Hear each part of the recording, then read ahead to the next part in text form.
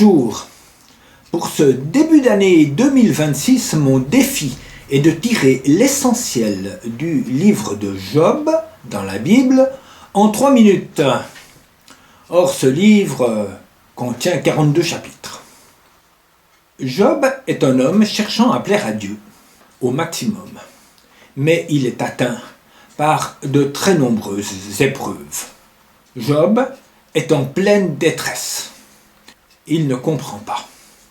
Il va jusqu'à dire que Dieu consente donc à m'écraser, qu'il libère sa main et m'achève.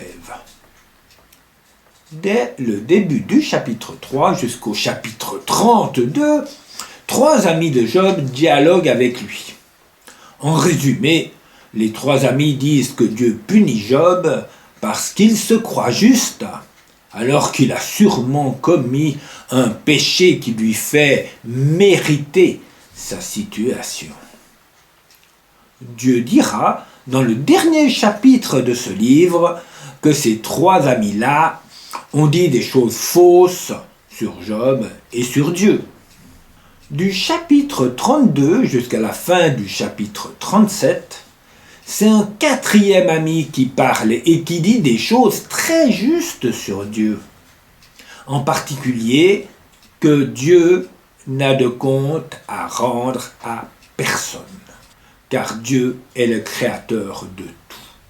Mais voilà, ce n'est qu'un humain qui dit ces choses. Et Job veut entendre Dieu lui-même lui répondre. Alors, sans transition, sans même laisser à Job le temps de répondre à ce 4e ami, Dieu répond directement à Job du milieu de la tempête. C'est le début du chapitre 38. La tempête de nos pourquoi, nos pensées en ébullition, mais qui tournent en rond. Et puis, dans cette situation inextricable, tout d'un coup, une pensée percute toutes les autres et l'on sent au fond de nous-mêmes que cette pensée ne vient pas de nous, mais de Dieu.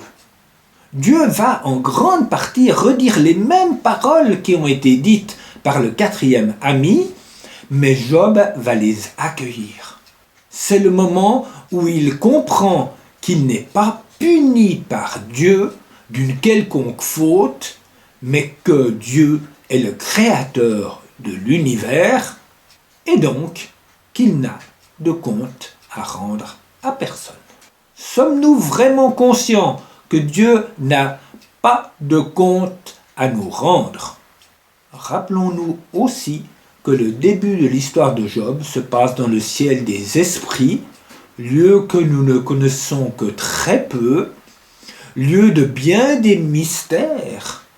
Nous ne disposons donc pas, et de loin, de tous les éléments nous permettant d'évaluer les événements qui nous touchent ou qui nous entourent.